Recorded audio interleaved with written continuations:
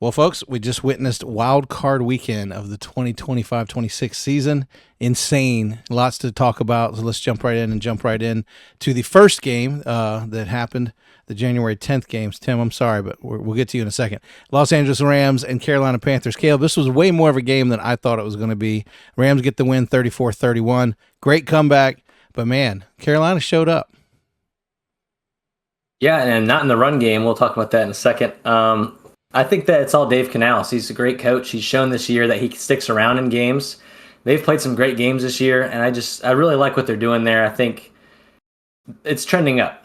Their team offensively doesn't look much different than last year, other than Rico Dowdle and obviously Ted McMillan, who led their receiving this year. But Bryce Young at times looks very good. At times looks kind of pedestrian. So if they could figure that out and get consistent in that offense, I think they're pretty scary.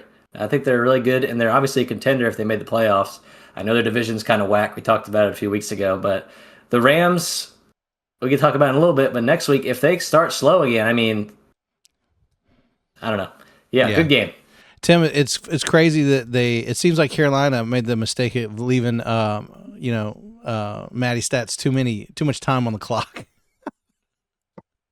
Yeah, and that's as soon as that happened, you're like, okay, here's where you go. But this is one of those very rare playoff losses that you kind of take as a win, because I don't think anyone, including, let's be honest, the personnel in Carolina, probably if they privately were polled, they would have said, yeah, we're going to probably lose or get blown out. The fact that they were winning in this game late, everything Caleb said is absolutely right, because here's the best part if you're a Carolina fan. Is there's going to be consistency there for once. A lot of these, there's so much. We'll talk about coaching turnover in a little bit, but there's so much coaching turnover in this league. The fact that they're bringing all their coaches back, and Bryce Young will have another year in that system. I'm encouraged for Carolina, and this is a weird win that was a loss for them. But yeah, absolutely, they left a little too much time to answer your question for Matty Stat. So, Josh, let me ask you, because you're into these details way more than I am. Carolina Panthers next season, what do they need to do to get a win in this type of situation? What personnel changes and so on?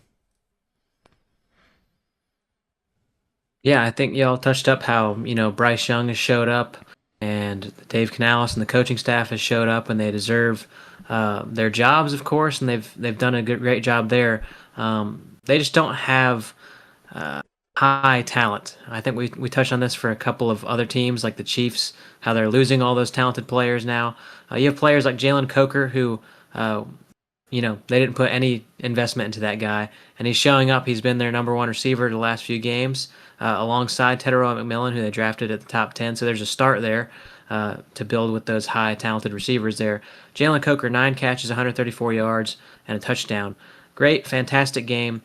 You just want guys alongside those guys to build up in this offense, to elevate Bryce Young. When Bryce Young came into the league, the draft sequence, everyone talked about him kind of being more like a point guard type of player than a superb player in and of himself. So he's going to need guys around him. He's going to need superb talent at the running back position as well to help elevate him. I know they paid Chuba Hubbard. Rico Dowdle had his stretch. They have Jonathan, who they drafted in the second round just a year ago, 2 seasons upcoming. So they've tried, but they need to have success there, and they need to protect Bryce Young as much as possible, just ensuring that offense. Yeah, for sure. And the Rams, I mean, we've said this before, Matthew Stafford gives this team, give them instant credibility. And Sean McVay, remember, Tim, back when they didn't get any draft picks and they were just hustling free agents and out there trying to make a team. And then all of a sudden we're like, they're not going to know what to do with draft picks. And I was dead wrong, because they've been drafting lights out, trading away these veteran players. And I think they have, again, some of our favorites. Go ahead, Josh. Yeah, I just want to talk defensively for the Panthers at least. Mike Jackson played a fantastic game, opposite side of the field of J.C. Horn. J.C. Horn, of course, on one side playing against Puka Nacua for a lot of the game, but Mike Jackson showed up a lot against Devontae Adams in this matchup, and he's proven to be their number 2 corner there. But so, of course, they have J.C. Horn, Mike Jackson, Trevon Merrick, Lathan Ransom, who played a little bit more. He's going to be one of their starters next year, more than likely. Nick Scorton, who they got in the second round, has played extremely well. If you watched him in college, tackles for loss, has ability to get and stop the run as well. He's just really good. Derek Brown, fantastic player on the inside of the field, but they need an edge rusher and they need an inside linebacker very badly. I know it's not a position where you're going to pay up, so they can get that and replace that immediately. But Roseboom was getting absolutely used by Matthew Stafford with his eyeballs, just completely deceiving him on several plays and different drives. Roseboom's a good player. Obviously, he was from the Rams in previous years, so they're familiar with him. But they need someone in the middle of that field to command, and they need a young player to fill in. We saw what it did for the Browns. We saw what it's doing for the Lions with Jack Campbell, and they need somebody bad. All right, let's move on to the painful game for our buddy Tim here. But the Bears, Green Bay Packers, Bears get the win, 31-27. Let me say this: famously, I'm getting up super early, and that means I can't stay up super late. So I lay in bed, Tim, and I listen to the as much of the game as I can. I literally fall asleep listening to football. So I think when I went to bed, it was 21-9 or something like that, late in the game, and I thought, well, the Bears didn't score. That's probably it. And I'd already talked to you and said, all right, congrats, 21, whatever, what was it, 21-6 in the first half or something? 21-3 at the half, yeah. So, Caleb Williams, and we've said all along, DJ Moore's underutilized. It looked like he finally got rolling with him. Caleb Williams does not give a rip. My dude just stands there, and he's as calm and cool as I've ever seen, not just a young quarterback. He just stood there and patiently willed this team back into it. And I've gone on record and saying there's not a lot of NFL quarterbacks that have that can just will a game. And y'all, Caleb Williams, love him or hate him, he did the game-winning 25-yard touchdown to DJ Moore and got it done. And Tim, I know you're a diehard Packers fan. I know you're disappointed, but I'd love to get your feedback in terms of your what you thought in this game. Yeah, so by far, if you're a Packers fan, a crushing game. You're up 21-3. Jordan Love goes down, scores touchdowns on the very first 3 drives. Ben Johnson looks like he's just coaching desperately. Went 1 for 4. He's going for it on 4th down every single drive. They went 1 for 4 to start off the game on 4th down. Like, just the fact that there were that many attempts on 4th down is crazy. Mm-hmm. And, the field goal kicking woes for Brandon McManus, for the Packers kicker, he missed a field goal right at the end of the half that would have put them up even more. Would have put them up 24-3.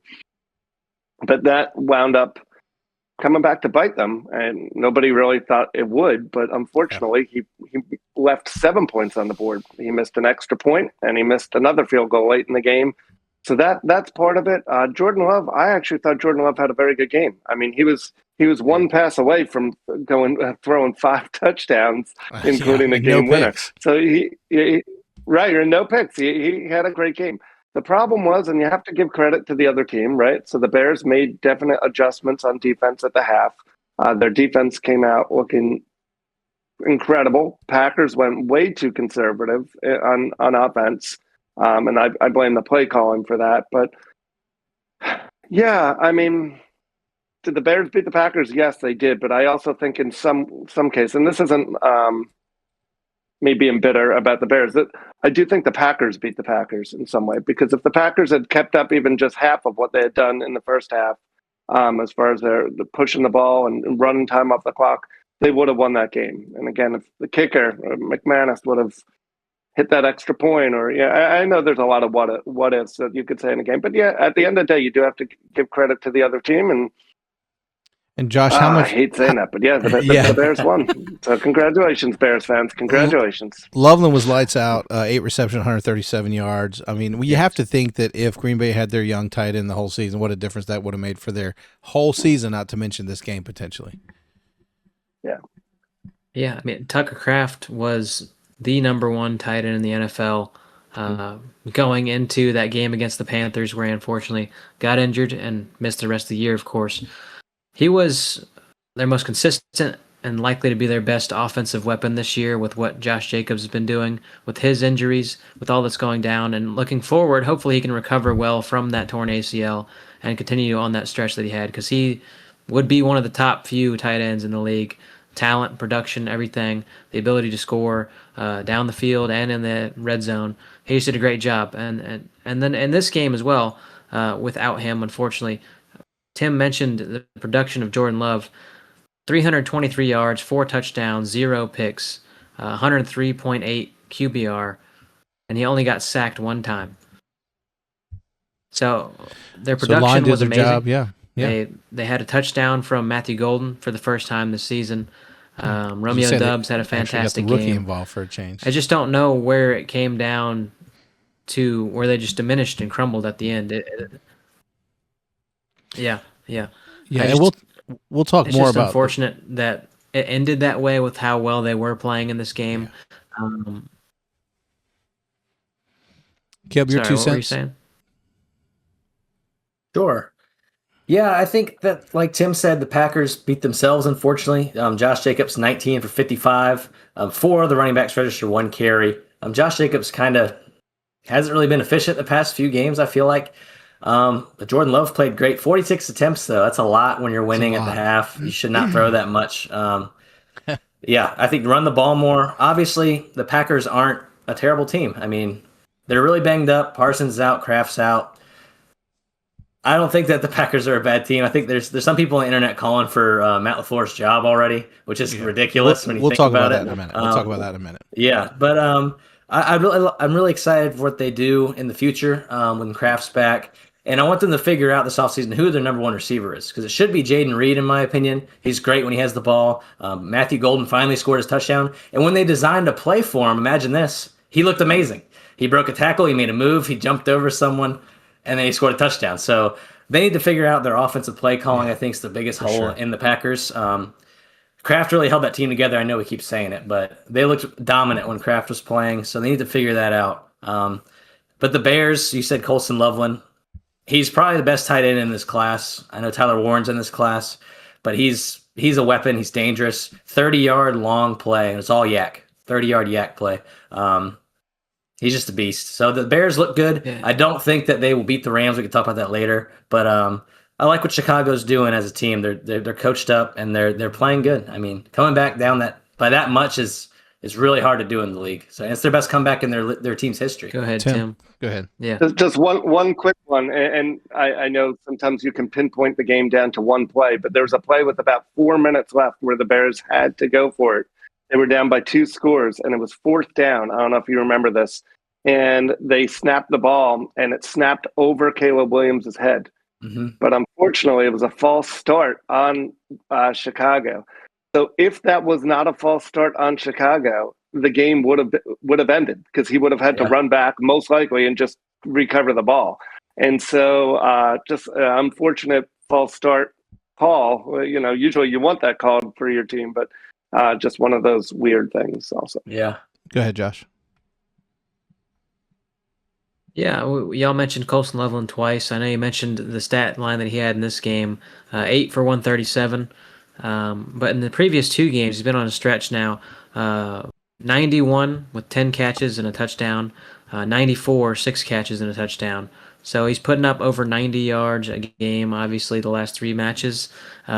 He's just doing extremely well. He's become their number 1 target. He ended up leading the entirety of the season for the Bears in receiving yards, receivers and tight ends included. So great job from him. Great pick from him, obviously being the 10th pick in this last draft.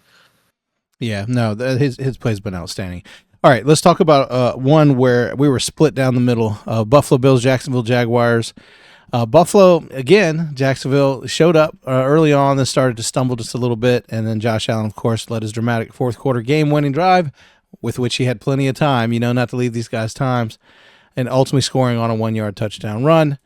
And like I said, we were split down the middle. I believe Ethan and Tim had Buffalo, and us clowns had Jacksonville. I'm done with Jacksonville, Tim. I was buying the hype train. I like Jacksonville, but I like Jacksonville, but yeah. I know I like Jacksonville a lot.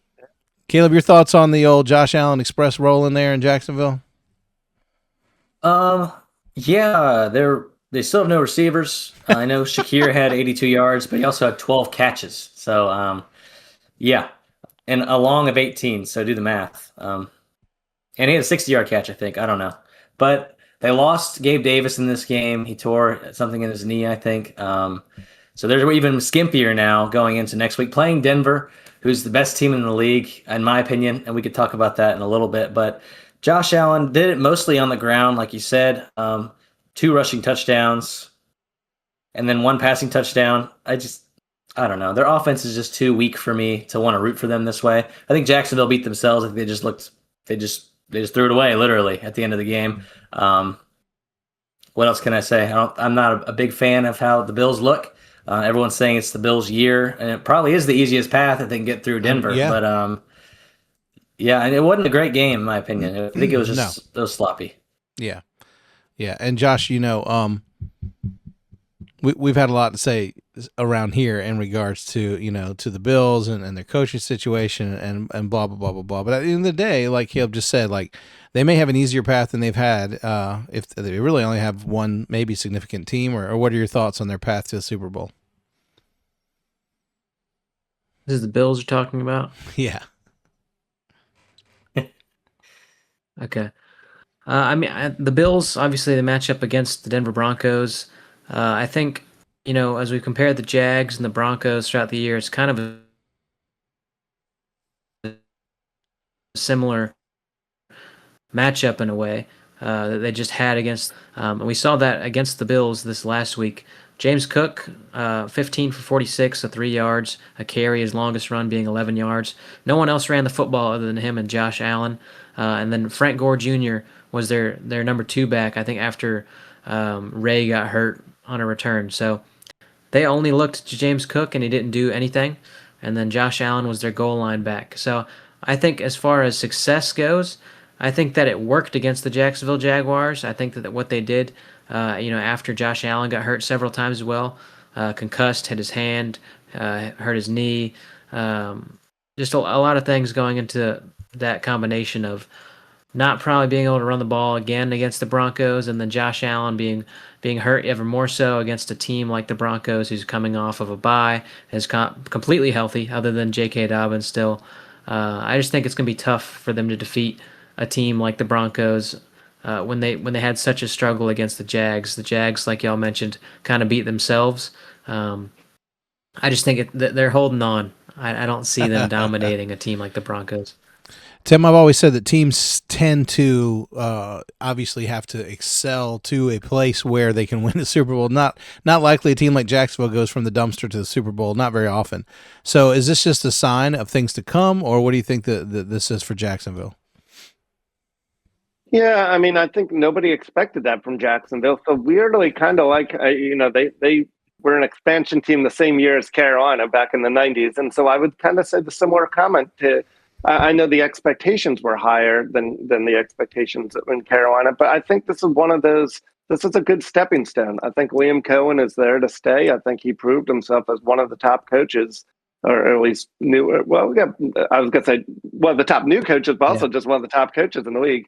I think they're okay. If I'm a Jacksonville fan, I'm obviously very disappointed because no Mahomes, no Burrow, no Lamar in front of you, which is the same thing the Bills can say, right? But I think they're okay. I know they're going to be in a tough division for years to come. I like the AFC South. I think Indy and the Texans. There's going to be some good battles there. But yeah, if I'm Jacksonville, I'm actually somewhat encouraged walking away from the year. Caleb? Yeah, I mean, I don't really have much more to say than what we said already, but yeah, I'm not worried about Jacksonville at all. I think they're trending up. Obviously, the Texans in that division are good. In that division, I think it's a coin flip now. I don't know how the Colts are going to rebound with what they're doing, but the Bills, like Josh already said and I already said, I don't think they're going to have much success next week. We'll talk about it in a little bit, but yeah, that's about it for me. All right, let's move into San Francisco, Philadelphia Eagles. Everybody picked the Eagles, the odds-on favorite, of course, defending Super Bowl champions. However, the 49ers were able to erupt onto a 13-point fourth quarter run, upsetting the defending Super Bowl champions. Tim, as much as I may dislike the Eagles being a Cowboys fan, I don't like the 49ers because in my youth, Danny White never got to a Super Bowl thanks to these guys, and the catch is forever etched in my brain every year, and it's hard to forgive and forget. But so I hate the 49ers. I hate them. But I have to say, they've weirdly been like, take out the history, and you have to admit they've been one of the most entertaining and almost easy to root for teams this year because of the fact that they've done it with all these obstacles in the way. If I would have told you week one that the Niners would lose Warner, Bosa, Kittle, Purdy for a good part of the year. Yeah. My worst take earlier in the year was like around week 4 or week 5. I was like, and this is the beginning of the downfall of the 49ers. Kiss their season goodbye. Yeah. And so they have done a phenomenal job. This is as impressive of a win that I've seen.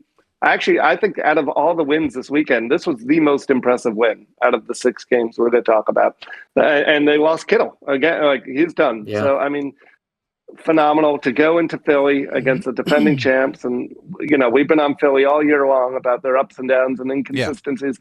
But they're still the defending champs. They still had a ton of talent, a great defensive team. I don't think we've questioned their offense a lot, but I don't know that we've been on this podcast too many times questioning their defense. And so for San Fran to do what they did late in the game, very impressive. Well, the mainstream media is all over the place. Kev, I'm coming to you next. We're all over the place in terms of what this team does or doesn't do well. Caleb, you've mentioned that they've had, an offense coordinator for every year that Hurts has been in the league or what have you. And listen, here's the thing. They called the right play. They ran the right route. Ball didn't get caught. They had every opportunity to win that game at the end. Number 11's been Butterfingers in this game, which is very rare because he had a 0% drop rate last year. Again, I'll say what I've said for the last 4 years now on this podcast. I don't know who the Philadelphia Eagles are. As much as I had a feeling in my gut the 49ers were capable, you're right. You guys almost talked me out of it because you mentioned how banged up that defense is. Their defense is not good with personnel. And yet somehow the 49ers were able to withstand. And I think a lot of that is coaching. But I don't know. Like, is it? I'll go to you with this, Caleb. What's the problem? I've begun to think it's Jalen Hurts. Well, yeah, I was going to start by saying the 49ers somehow win a game in Philly where Brock Purdy threw 2 picks, 18 completions, and only 260 yards. Right. And you wonder how they won this game. And then you look on the other side, and Jalen Hurts, 168 yards, 4.5 yard average per throw. Terrible. That's like, how did he win a Super awful. Bowl playing like that? You know what I mean? This is like 1940s quarterback play. Like, it's not good. Run first, low volume, low average, like just not good. Go ahead, Josh. It's apparently the impact of Lane Johnson is just the glue to this entire regime. Because this guy misses time and they just lose 80% of the games. It's not that the protection it doesn't make any down. sense. Yeah. No, it's not that the protection's bad. I mean, Tyler Steen steps in, coming in, replacing the guy there at the right spot, and he's been fine. The protection hasn't been bad. It's just, for whatever reason, when Lane Johnson's out, they just lose the game more often than not, unless it's just a very easy matchup. Yeah. And I don't get it. But the game started off with the 49ers having a big play and that touchdown to DeMarcus Robinson on Quinyon Mitchell. Then Quinyon Mitchell turns around and picks off Brock Purdy twice. Just Christian McCaffrey, 15 for 48. DeMarcus Robinson, after that first drive, did not do a ton. And then their leading receiver on the game outside of DeMarcus Robinson would be Christian McCaffrey, 66 yards, and Kyle Juszczyk, 49 yards. So obviously a back and a tight end or a back there. I don't know. I don't know. This was, like you said, this is probably, the biggest game, most exciting game, I suppose, with what happened. But to watch this game and say that I had a great time was entertained. That is not true at all. Yeah, we took the ball from you. Go back with it. Yeah, biggest point, I think, is the 49ers coaching in this game, specifically Robert Saleh. You look at the San Francisco defense, their leading tacklers, Garrett Wallow, free agent, off the couch, literally, 11 tackles in this game. And then their number 2 tackler, Eric Kendricks, off the couch, 10 tackles in this game. Both did not play at all this year. Both signed and started this game. Both had double-digit tackles. So I think that's very important to note. Robert Saleh is coaching his pants off, whatever you want to call it, whatever you want to say. I think hats off to the coaching staff of the 49ers. They're very good. That's all you could say. Their best defenders in this game are literally people that didn't play this year. Yeah. So, well, scheme says a lot. Go ahead, Josh. You wanted to get back in. I just want to say, I just saw his name, Jake Elliott. They showed a graphic during the game. He's missed, I think, 6 extra points in the playoffs now. That is either tied or the most. And that is the most absurd stat I've ever seen. Because how do you miss 6 extra points in the playoffs. Yeah. Like, is this guy just shaking in his boots every time he goes out there in the playoffs? Apparently. Like, I don't get it. Well, let's keep the ball moving forward. No need to beat up these teams. 49ers look great. Eagles did not, so their season is over. New England Patriots, Los Angeles Chargers. I think I can sum this game up pretty well for you guys. Drake May's playoff debut. He looked great. 268 passing yards plus some rushing. Meanwhile, that Mike Vrabel Patriots defense absolutely dominated. I think they had 6 sacks against Herbie in the game, and they held him to under 210 total yards. That's absurd. So they did what playoff football looks like. Caleb? Yeah, I think the biggest thing is we've seen it all year. We've talked about it, I think, every week. But how banged up the Chargers O-line was very evident in this game. And Mike Vrabel knew exactly what to do. That's all they had to do was put pressure on both sides. Yeah, and they played a great coached game. Will Campbell's back for the Patriots. He's been on IR with an injury. So their O-line's been better to protect Drake May. So the Chargers defense, which has been very good at times this year, wasn't able to do anything. And then, like you said, the Chargers doing nothing offensively yards-wise. They fired Greg Roman today. And they moved on from him, only scoring 3 points in a low-scoring game. So rough showing for them. Yeah. Which I don't understand, because that Deion Henley, Derwin James interception that got them the ball early in the game, I think turned into nothing. Or maybe that was their 3 points that they put up. Just poor performance. As you said, gets the offensive coordinator fired. And I think that's deserving, because this offense, with all the talent that they have, I know no offensive lineman. I know Alt and Slater are out. No original starters essentially. But to go out there with all of your weapons healthy and put up nothing is just. This is not something you want to look forward to every time Justin Herbert goes to playoffs. No. And it's becoming too common. Any other points before we tackle this last game? Tim, you have anything to add? No, that was the easiest game to analyze right there, because it was all about the Patriots D. It really was. Yeah. Patriots D and bad O-line on Chargers. That's it. Yep. 100%. Speaking of bad offense, this is kind of the same story. The Houston Texans come in to Pittsburgh with one of the top, if not the top-ranked defense, I believe. They sacked Aaron Rodgers 4 times. Pittsburgh putting up 175 yards and 2 field goals. So kind of the same carbon copy, a great defense and productivity. Well, let's say this. The Steelers defense, in fairness, they did show up for this game, and they took the ball away, and it was a little more entertaining than the Chargers. Go ahead, Caleb. Yeah, I think when I picked the Steelers, I said it was contingent on if Aaron Rodgers is alive, and he barely did not alive. have much time to do anything. Yeah, barely alive. It's good to see Woody Marks, the rookie running back, finally be productive. 19 for 112 and a touchdown. Really ran away with the game at the end. But Stroud, we talked about it last week when we mentioned this game. I just don't like Stroud in the playoffs. He's way too inconsistent, in my opinion. He looked rough at times. Early in the game, he looked pretty bad, in my opinion. But obviously, they figured it out. Christian Kirk, 8 for 144 and a touchdown. Obviously, the story is the Texas defense and the Steelers. Everyone probably retiring. All those vets retiring, and obviously Mike Tomlin. We'll talk about it later. We'll get to that. Yeah, I know. But yeah, as far as the Texans go, who are they playing next week? They're playing the Patriots. Bills. we're getting to that too. We're forecasting everything. Y'all go ahead. I was going to mention, the 3 turnovers that the Steelers defense had equated into 0 points, I believe, or maybe 1 field goal. They had 6 pass deflections, 3 turnovers very early in the game, and they just couldn't do anything with it. You look at what they're able to do through the air. DK Metcalf, 2 for 42, came on the first drive, and nothing afterwards. MVS, all of his catches were, I think, like comebacks, all short plays. We know that's not where MVS is best utilized. And then just too much of a heavy reliance on Kenneth Gainwell. Yes, that's you have to get the ball out of Aaron Rodgers' hand and get it to somebody. It wasn't working in this game, so I don't know why they kept going to it. Just him especially. It's just like Caleb said. C.J. Stroud, too frantic, too flustered. Very clearly, just missing opportunities. They missed an opportunity to get a field goal to conclude the half, and he just whiffed on a wide open pass to Nico Collins, which would have gone for 20+ yards. I don't think he's ready. I mean, the reason I would say I picked against the Texans was because of that offense and just the Steelers being able to sustain against them. Defense was able to sustain against them, but the offense could not answer. And I just don't think, looking forward, that the Texans are going to be able to answer with the way that Stroud is playing either. Yeah, it's a tough scenario because we saw Davis Mills come in for what, 3-5 games, something like that.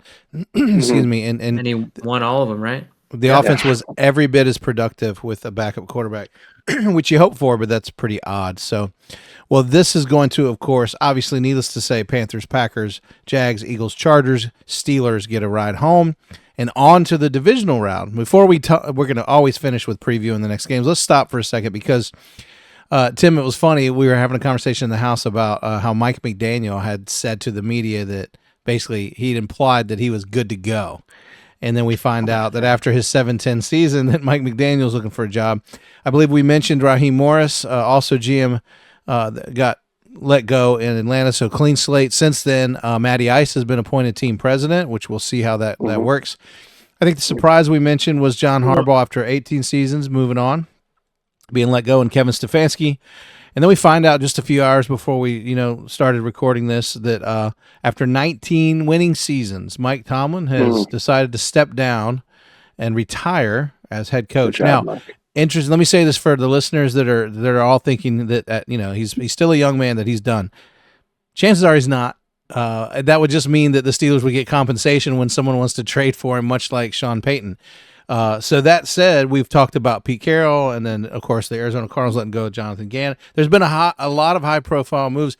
Tim, I want to land here because I don't remember this many coaches leaving that are going to all get hired somewhere else. Like, this makes no sense. This is never – I can't remember an offseason like this, and I don't think we're done. I don't. I actually think – and I think part of it is because of who's available. So it's like this spiral thing. So I still – we talk about the Bills all year long. If the Bills get blown out, I'm not convinced that they're not trying to talk to Harbaugh or Tomlin or one of these big-name coaches. Or Stefanski. How great would that be? Pairing Stefanski with Josh Allen. My gosh. I mean, that'd be great. I'm also not convinced that keep an eye on the situation in Tampa Bay. The only person that said that Todd Bowles is coming back is Todd Bowles. Yeah. Mike McGill's the only one who said anything. Hey, Tim, the owner hasn't said anything. So, let's get your insight on this because I've been asked this a bunch since the game, and I don't really have the answer. It's not, your head coach is in an interesting predicament because it was said before that he would basically have to be productive to get an extension, and they have a new GM now, right? That is kind of doing things his way. Team president, right? Yep. So, point being is, many people speculate that they could move on from Matt LaFleur. Other people think that he's a lock to stay. What are your thoughts? And explain that a little bit more for our listeners. Yeah, so the Packers have no owner, as you know. They don't have an owner. And the only reason they changed their team president is they have a bylaw when you reach a certain age, Mark Murphy had to retire. It's like a forced retirement. So they brought in a guy named Ed Policy, who has a history. His whole family has a history in the NFL. But their GM, Brian Gutekunst, is still there. So Brian Gutekunst and Matt LaFleur work very well together. They've been together for a while. For that reason, and for several other reasons, I think Matt LaFleur is going to be there. It was a brutal loss. There's no way around it. But I think the Packers are similar to the Steelers in that they don't get caught up in the hype and the overreaction generally. They generally don't do that, right? And so I think when they look at big picture, what we talked about before, next year, we got they have Micah Parsons coming back, Tucker Kraft coming back. They have a really good core. This is the fourth year in a row they are the youngest team in the NFL. So they're still the youngest team. Every year they keep remaining the youngest team. You don't blow that up. I don't think you blow it up. I think Matt LaFleur, does he have flaws? Of course, but he knows the system. I mean, Micah Parsons came out and several other players came out this week and said, hey, I'm here because of Matt LaFleur. I want to be here. I want him coaching my team. He has 1 year left on his contract. And so the issue isn't of him being free to walk right now. It's just him going into a lame duck year, which most franchises don't like their coach going into that lame duck year. I'd be very surprised if they made a move. I really would. All right, coaches, Caleb, Josh, who wants to take a stab before we move on and preview the divisional round? Oh, coaches. I think every one of the guys outside of maybe Pete Carroll, who probably should be sitting on a beach drinking something in a cold cup. I think that I like John Gannon going to be a DC somewhere. If we remember, he took the Eagles to the Super Bowl as the DC, and they were one of the best defenses in the league that year. You look at the Cardinals, their defense they never really had edge rushers with this guy. They traded for Josh Sweat, which is his guy from the Eagles. Their corners have been very good. And that's all they drafted pretty much with Jonathan Gannon was DBs. So I think he'd be a great fit for somebody like Dallas. I know I'm a Dallas fan. I'm biased. But that's the biggest need that Dallas has is their DBs, their safeties especially. So I think it's a great fit. I believe he's interviewing or has already interviewed with Dallas. But Jonathan Gannon's definitely going to get a job. Stefanski, I think, is going to wait. I think Stefanski to the Steelers is absurdly good. I think that's very good. But yeah, like you said, I think Mike Tomlin's going to sit around until the best opportunity comes around. I wouldn't be surprised if Tomlin went to college and coached. I think he loves college sports. Obviously, he loves Maryland. He went to William and Mary. So a lot of connections there. He drafts from Maryland a lot. So they're going to make Big Ben right when Big Ben said on his show that he thinks he'll go to Penn State. Oh, wow. I mean, maybe it's just a short drive. So yeah.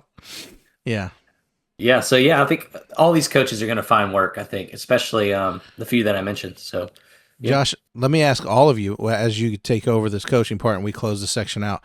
Harbaugh talked to he was reached out by all of the current vacancies plus a team that still had a coach. Wonder which team that was. The Bucks. All right, Josh, bring us home on this one. Yeah. I don't know. I hate to speculate. I think the Mike Tomlin, obviously the insistence is that he's retiring, but like you said, I lean more towards a Sean Payton scenario where, he's going to be out for this year. He knows he's not done with coaching more than likely. He knows he wants to be in the NFL, but he also doesn't want to rebuild and start over. And this is just a good time for him to move on and continue his legacy somewhere else. So I understand that. Harbaugh was fired. There's an opportunity for all of the Harbaughs, the three Harbaughs in the NFL to reunite on one team. That would be with Minter, the DC for the Chargers, finding a head coaching job somewhere, Harbaugh going there to join his brother, and then Harbaugh, who's currently on the Seahawks, finding his way, advancing up in a role with the Chargers. That would be something cool, but I do think the attention to John, he will find another head coaching spot more than likely. I think that what these moves say now, with there being three head coaches removed from the AFC North, mind you, I think the three best head coaches from the AFC North. This says a lot about the Bengals reassuring that Zach Taylor will have his job this year because he is going to be competing against three guys who have not coached in the NFL. This should be their division. Yeah, well, of all the divisions that would lose coaches, this is the one guy that should not be the last guy standing, But if the Bengals do not win this division next year, they are toast. I've heard that before. He gets every mulligan imaginable. He gets a Steelers team who more than likely is going to have to start a rookie quarterback or a veteran quarterback that walks and is not uber talented. The Ravens, obviously, they have Lamar Jackson, but their offense has not been clicking. Their defense has slowly gotten worse. And then the Browns, offensively, not great. So this should be, mind you, that they have not made the playoffs because of injuries.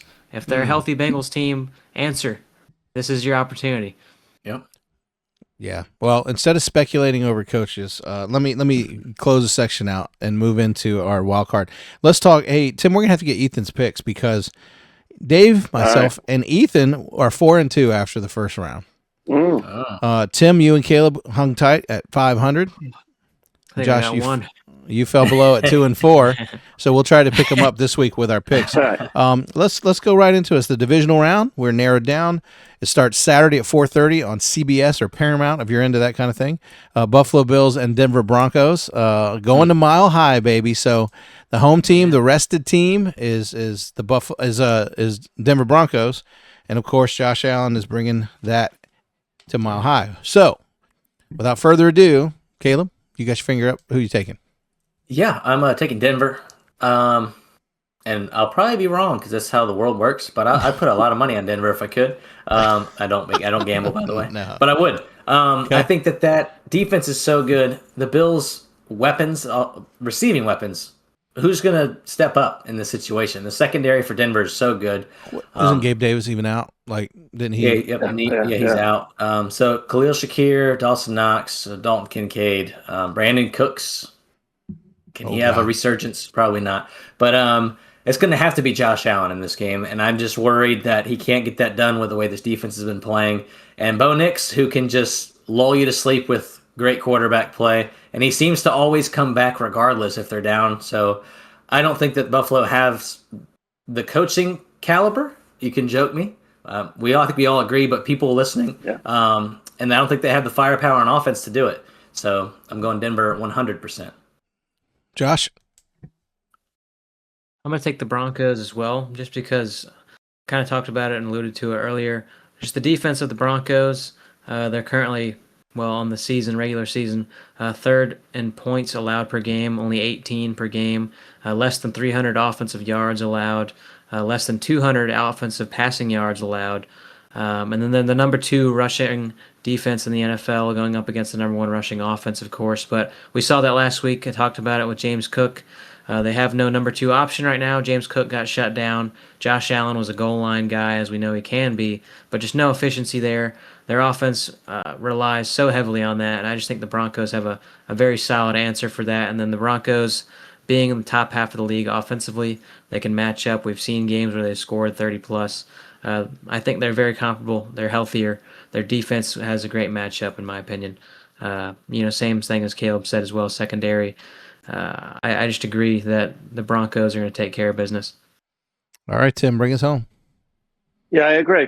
I like the Broncos a lot. I think, the age-old question every year is it good to have the bye or is it good to have the momentum and keep playing? I'm fine with the momentum for the Bills if you can come out of the game healthy. They did not come out of the game healthy. They came out even more injured. And so I do think, I wouldn't be surprised if Denver started a little slow, just like in the game because of the bye, and they are a younger team. The Bills, to me, I know you asked Josh before, but I'll say this. If for some reason the Bills are able to get past this game, I do think the Bills wind up in the Super Bowl because I do think they'll beat New England. Which we'll get to that one in a little bit. But okay. I think the Bills kind of have New England's number. So I do think this one's a big one for the Bills, but I just think it's too big for them to overcome. I think Denver has it for all the reasons that Josh and Caleb just said. Okay. All right. Can I mention something about the Bills absolutely game? Yeah. If you look at their top 5 receivers this season, 3 of the people that played only played 12 games. So Khalil Shakir played 16. He led the team with 719 yards. But Dalton Kincaid, second, with 12 games, 571 yards. Keon Coleman, 13 games. I don't know how many of those he started, to be quite honest, because that was kind of a weird situation where they kept sitting him. But 13 games, 400 yards. And then Joshua Palmer, 12 games, 303 yards. So, like Caleb prefaced, who are they going to rely on? Are they going to rely on deep shot Brandon Cooks that's happened to work the last couple of games on just right when they needed it? Is it going to be 12 catches for Khalil Shakir? Because there's not really anybody else they can rely on right now outside of the occasional big play from these guys. Well, a team that does not have a problem with the wide receiver position this year, Seattle Seahawks, are fresh off the bye, and they're hosting the San Francisco 49ers off of their amazing win. Guys, this has been a heated NFC West matchup Seahawks have just gotten good again, so I can't say it's like the classic rivalry, but this season, crazy. And we know what Sam Darnold's been able to do the last 2 seasons on either team that he's played for. I'll start and just say I like the rested Seahawks. I like what they've done this year. I love the coach. I love Darnold. I love the weapons they have on offense, the running game. They have a great committee going on. They obviously have a great defense there in Lumen Field, and there's no George Kittle. Not to mention the caveat of defense players that are sitting on injury essentially for the 49ers. So as much as the 49ers have been our Cinderella team, I'm going with Seattle to end that streak. Let's go, Tim. Tim, what do you think about this one? Yeah, I mean, division rival. They played each other. I think did they split this year? I was trying to look it up. Did they split in their 2 times that they played? I think they so. might have. Right, I think Kittle being out really, really hurts. I know Seattle is a really tough place to play. I'm going to go Seattle, and not confidently, to be honest with you. I think San Francisco is a very good team. I don't know how they keep losing these players over and over and over again, but I think it's kind of like whatever the expression is, the clock has struck midnight. I think their luck, not luck, but their time has run out. I think Seattle's just too good of a team. Their defense is too much of a force. I think they're going to rattle Brock Purdy. I just don't know, not to the extreme of Buffalo, but I don't know where the answers come from on offense for San Francisco in this game. So I'm going to go Seattle. All right, Josh, let's talk about this one. Yeah, I'm going to take the Seahawks. We talked about the 49ers. It just doesn't make sense.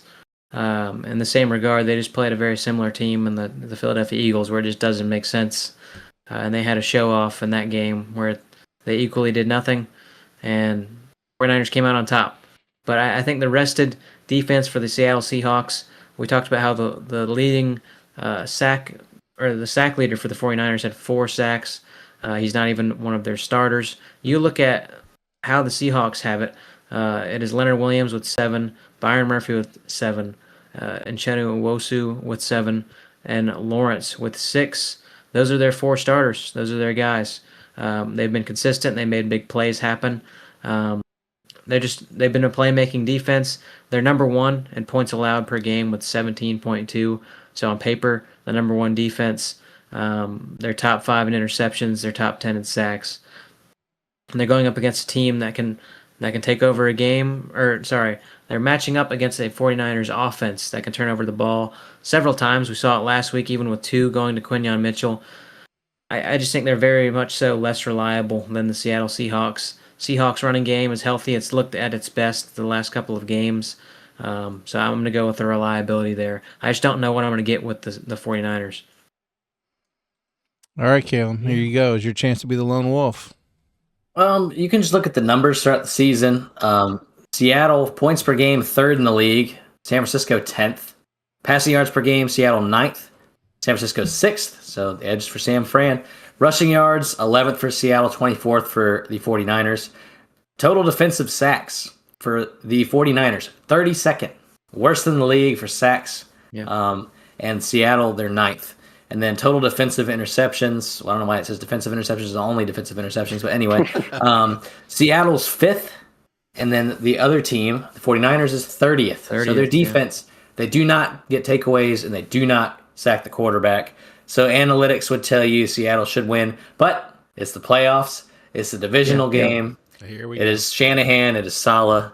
And they actually opened up Fred Warner's practice window, which is surprising. He's practicing. That ain't going to happen. They said he's not playing. Yeah. They said he could be back next week if they win. Don't try to scare. No, get them hyped up. That's what they say. So who's your pick? What, Josh? I was going to say, it sounds like you're saying the Seahawks. I think so, but I'm going to go 49ers to be different because I think that they could do it. It's Christian McCaffrey. It's Jake Tonjes, man. It's DeMarcus Robinson. It's voodoo magic. So you want me to write? Voodoo magic. You want me to write your name next to 49ers. San Francisco? Okay. 49ers. Lone wolf. Let me just add in really quickly. I did go back and look. Opening week of the season, San Francisco won in Seattle. And then final week of the season, Seattle won in San Francisco. So both times, and both games were very close. There were 13-3 on that last one, and on the last game of the season. And first game of the season was... Did San Fran win the first one? Yeah. San Fran won the first one. When they were much healthier. That's right. But I'm just saying that the visiting team, the away team has 17-13. The away team has won both times. Just saying, but I'm still sticking with Seattle. But this will be a coaching game. I think Shanahan's been here enough. I just feel like they can do it. I feel like they really do. Even with Walford, whatever his name was, the guy off the couch. You're not convincing me at all. Okay, let's talk about the Sunday games. We have 2 of those, 3 p.m. on ESPN, ABC affiliates. Houston versus New England. New England at home, cruising, Drake May, all the stuff we just talked about. Josh, let's go with you first. Who are you taking in this game? I'm taking the team that's been very consistent throughout the year, the New England Patriots. second in points per game offensively, 391 offensive yards per game, top 6 in third down efficiency. They've been explosive as a running back group, whether it be Ramondre on the occasional monthly occurrence or Trevion Henderson more recently. They've been explosive. They control time of possession with those guys. And then defensively, 4th in points allowed per game with 18.8, so only a point and a half or so, more than the Texans, with the Texans being better in that statistic.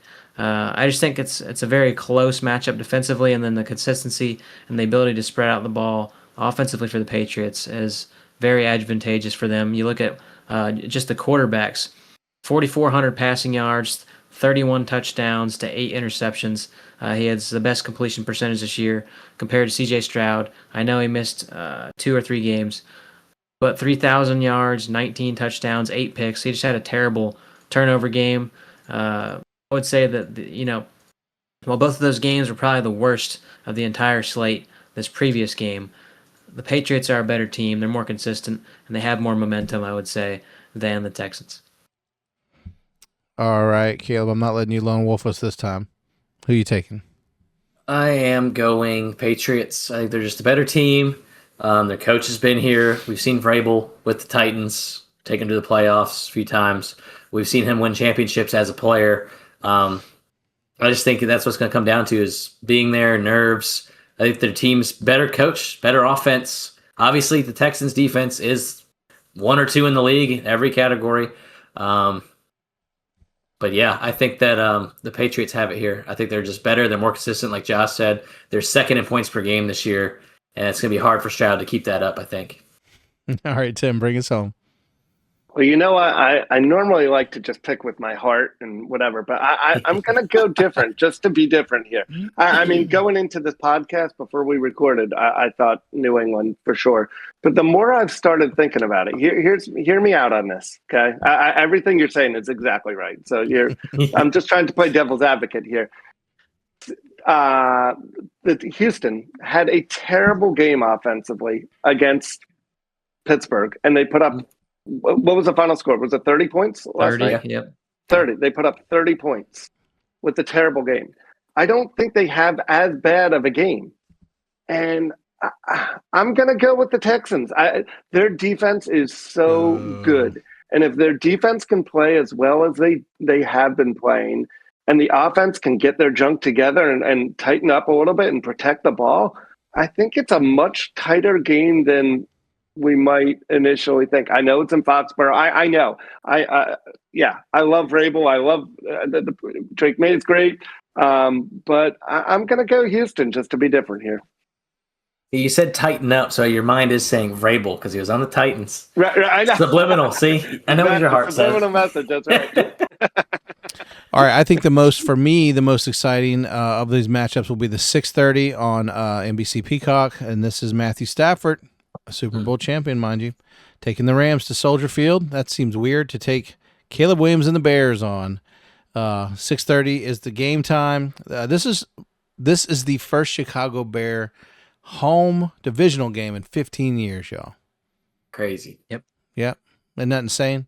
So there's going to be some fireworks. This is not going to be. They're not laying down for anybody. And I think Tim, we said off air. Caleb, you can get me triggered if you want to. I don't like Ben Johnson. I don't like the way he's poking.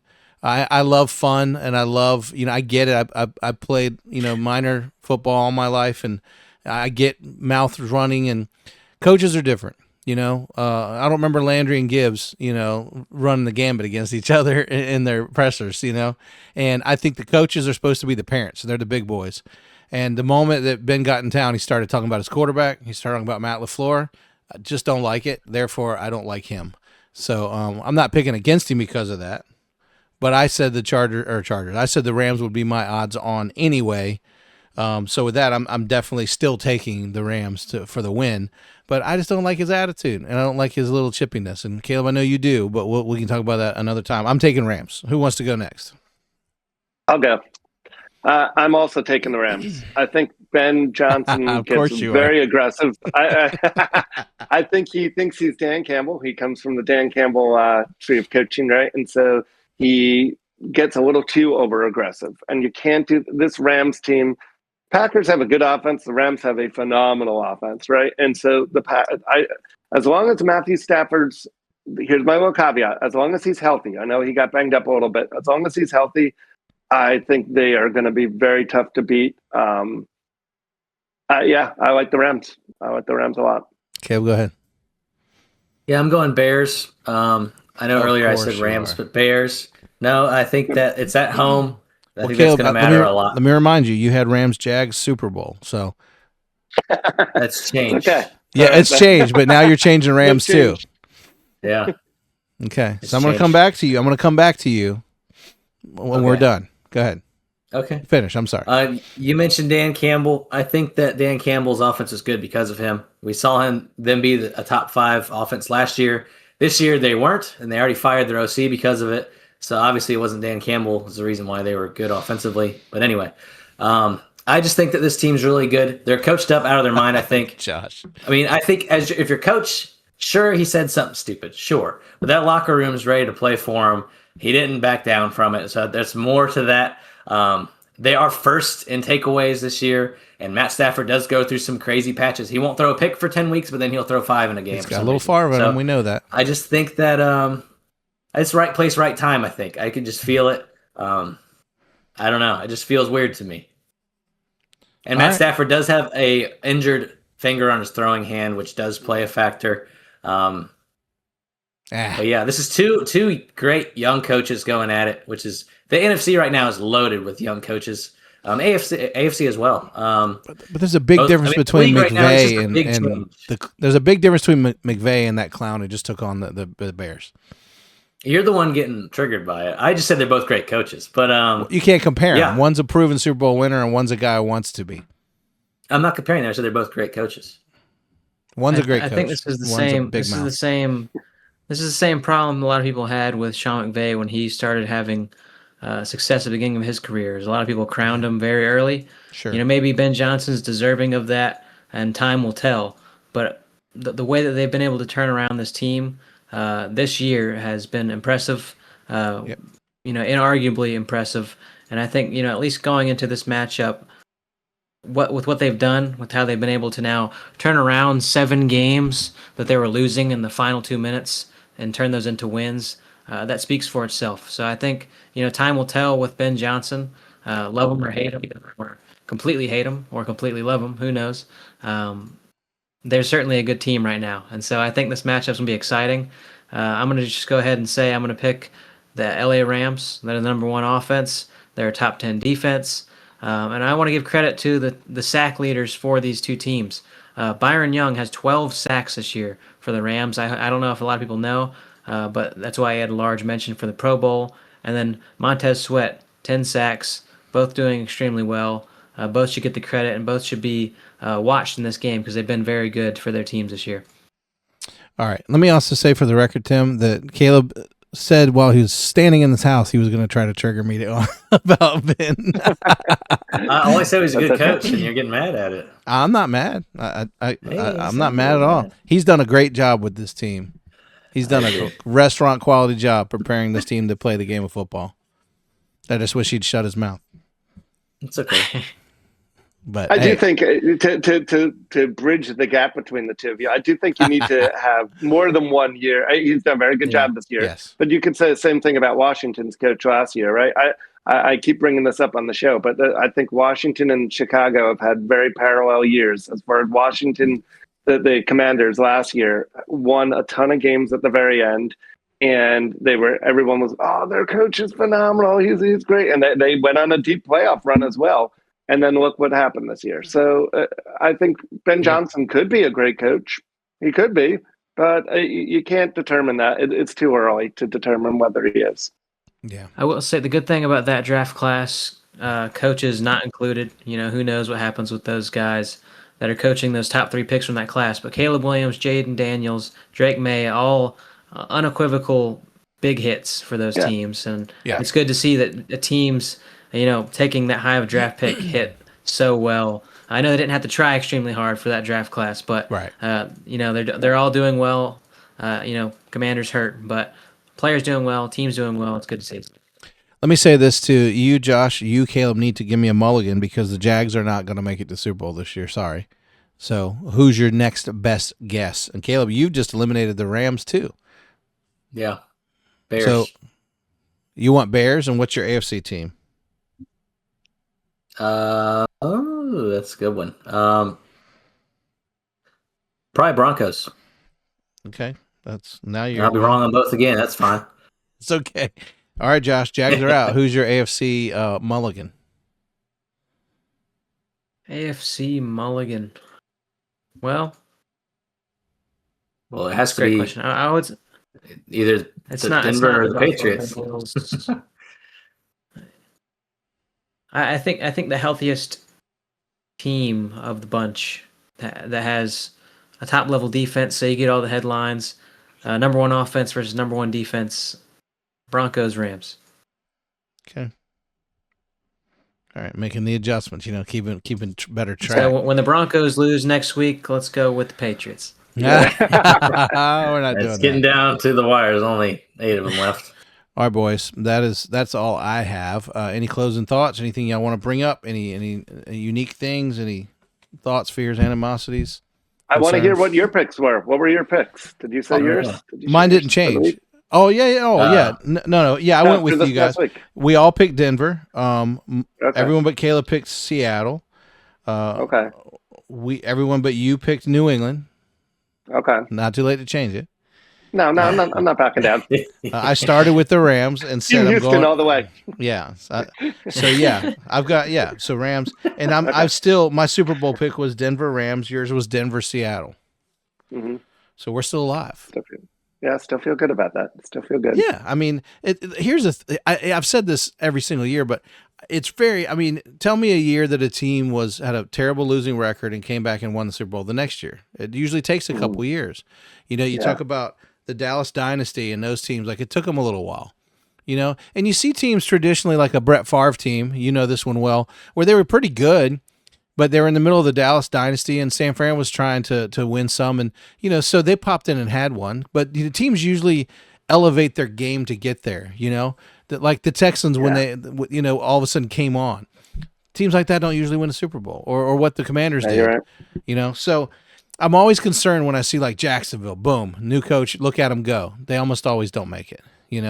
I'd say the same for Denver, but this is their second year, not their first year. So I'm what scares me the most is not Chicago or not, like I said, Jacksonville when they were in it or whatever. What scares me is the Shanahan-Saleh coaching, McVay's coaching. Vrabel's a proven coach. Sean Payton's a proven coach. So I tend to look more towards coaches that know what they're doing, that have the talent, that have been around. Now again. New England Patriots, I'd be very shocked if they can get there, but Mike Vrabel is that guy, always was.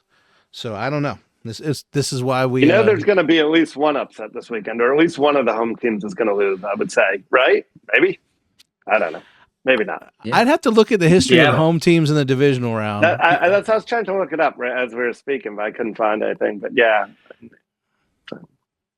This is usually where Josh has these loaded in his brain, and he's already ready to, 85% of divisional home wins. I don't know. You mentioned the 15 years for the Chicago Bears. So their last win was against the Seattle Seahawks in 2011. I don't know who was playing for them. God knows. Probably not the same people at all, right? Nope, no.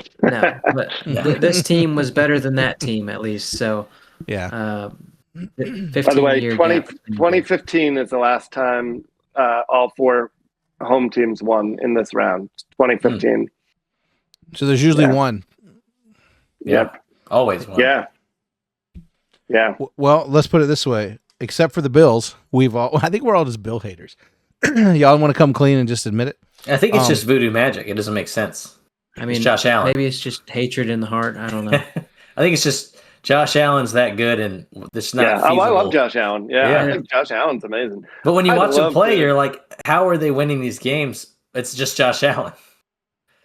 So I don't know. I'd love to see them acquire a big receiver this year in this offseason. I'd love Justin Jefferson up there. Could you imagine that? Oh, How yeah. great would that be?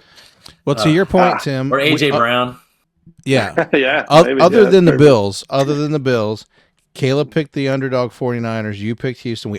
Most of us, except for Caleb, picked the Rams. So I think each of us did pick someone who's not at home to win. So Yeah, that's true. Yeah, you're right. Yeah. we shall see. Well, we only got a few more weeks left, and then we will get a break and talk about the Super Bowl. So I'm excited. Divisional round is going to be great. 2 games on Saturday, 2 games on Sunday. We'll be back next week to talk about this, any coaching moves that happen. Of course, you can find out anywhere you listen to podcasts. You can get these. We love it if you like and subscribe. If you appreciate the show, that really does help us out. And, guys, that's all I have. So we will see you next time on Guys Without Helmets.